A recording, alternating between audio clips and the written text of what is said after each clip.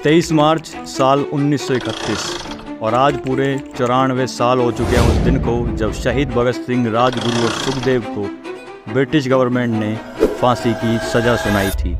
ये हमारे देश के लिए एक बहुत बड़ा सेटबैक था जब 3 देश के नौजवानों को फांसी दी जा रही थी और देश के बड़े बड़े लीडर सिर्फ तमाशा देख रहे थे।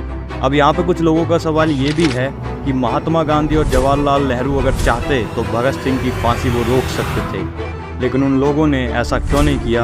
इन सवालों के जवाब जानेंगे आज की इस वीडियो में।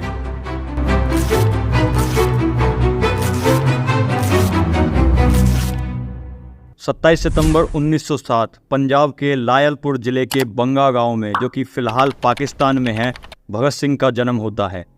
भगत सिंह के पिता और उनके चाचा शुरुआत से ही स्वतंत्रता संग्राम से जुड़े हुए थे और इसी चीज़ ने भगत सिंह को भी बहुत ज़्यादा प्रेरित किया। 13 अप्रैल 1919 को जब जलियांवाला हत्याकांड हुआ और जनरल डायर के कहने से हज़ारों लोगों की जब जान गई, तो उस समय भगत सिंह सिर्फ 12 साल के थे और जैसे ही उनको ये सूचना मिली तो वो अपने स्कूल से 12 मील पैदल चलकर जलियांवाला बाग में पहुंचे और इस चीज़ ने भगत सिंह के दिल पर एक गहरा आघात भी छोड़ा। साल 1923 में भगत सिंह ने नेशनल कॉलेज लाहौर में एडमिशन लिया और यहीं से शुरुआत होती है उनके क्रांतिकारी सफ़र की। साल 1924 में भगत सिंह HRA यानी कि हिंदुस्तान रिपब्लिकन एसोसिएशन में शामिल हो जाते हैं। वहाँ पे उनकी मुलाकात होती है राम प्रसाद बिस्मिल और चंद्रशेखर आज़ाद जैसे बहुत सारे क्रांतिकारियों से। 30 अक्टूबर साल 1928 को जब साइमन कमीशन भारत आया तो लाला लाजपत राय और उनके काफ़ी सारे साथियों ने मिलकर उस चीज़ का विरोध किया और उसी विरोध में पुलिस ने लाला लाजपत राय और उनके साथियों के ऊपर लाठीचार्ज किया और इस लाठीचार्ज के दौरान लाला लाजपत राय बहुत ज़्यादा घायल हो जाते हैं और इसी वजह से लाला लाजपत राय की मृत्यु हो जाती है।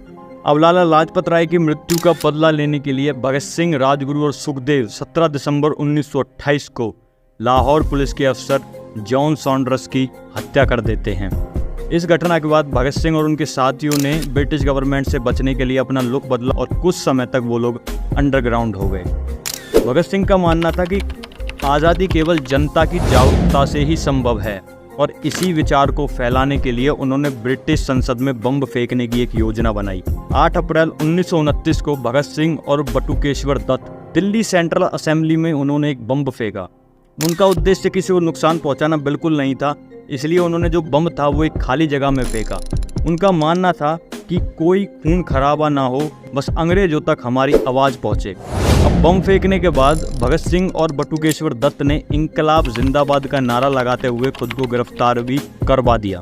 भगत सिंह और उनके साथियों ने जेल में अंग्रेजों द्वारा भारतीय कैदियों के साथ रहे दुर्व्यवहार के खिलाफ आवाज़ भी उठाई, क्योंकि उस टाइम ये था कि जितने भी हमारे इंडियन प्रिजनर्स थे, जो ब्रिटिश गवर्नमेंट उनके साथ बहुत ज़्यादा बदसलूकियाँ करती थी, उनके साथ जो व्यवहार था वो अच्छा नहीं था और इसी के चलते जो भगत सिंह थे उन्होंने 63 दिन की भूख हड़ताल करी। 26 अगस्त 1930 को अदालत ने भगत सिंह को भारतीय दंड संहिता धारा 129, 302 तथा विस्फोटक पदार्थ अधिनियम की धारा 4 और 6F के तहत तथा IPC की धारा 120 के अंतर्गत अपराधी सिद्ध कर दिया।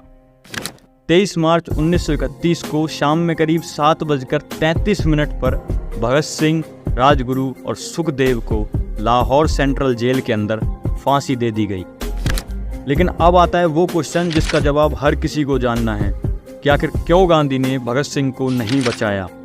अब देखिए, महात्मा गांधी ने भगत सिंह को बचाने के लिए कोई कोशिश नहीं की, क्योंकि भगत सिंह को असेंबली सभा में बम फेंकने के लिए नहीं बल्कि सॉन्डर्स की हत्या के मामले में फांसी की सज़ा सुनाई थी।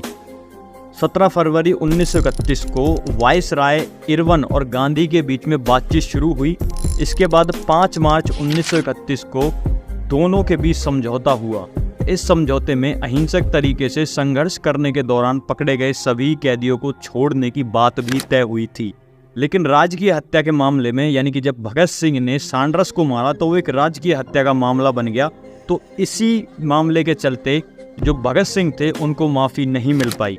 भगत सिंह का मानना था कि केवल आज़ादी ही काफ़ी नहीं है, बल्कि लोगों को शिक्षा और बराबरी भी मिलनी चाहिए। उनके विचार आज भी युवाओं को प्रेरणा देते हैं। उनका लिखा गया नारा इंकलाब जिंदाबाद आज हर किसी भारतीय के दिल में गूंजता है। लेकिन अफसोस हमें इस बात का है कि ना तो भगत सिंह की इन कहानियों के बारे में बच्चों को स्कूल में बताया जाता है और ना ही इन कहानियों के बारे में कोई किताबें पब्लिकली ज़्यादा मौजूद हैं। जितनी नॉलेज है, जितनी चीज़ें हैं, वो सब इंटरनेट पे हैं, लेकिन लोगों के पास इतना टाइम नहीं कि वो पढ़ पाएँ। तो इस वीडियो के थ्रू मैं आप लोगों को सिर्फ यही बताना चाहता था कि किस तरीके से इस देश को आज़ाद कराने के लिए कितने ही नौजवानों ने अपने प्राण अर्पण किए हैं। और इस वीडियो से अगर आपको कुछ अच्छा जानने के लिए मिला है तो शेयर ज़रूर कर देना अपने दोस्तों के साथ। मिलते हैं एक और नई वीडियो में, तब तक के लिए बहुत बहुत धन्यवाद।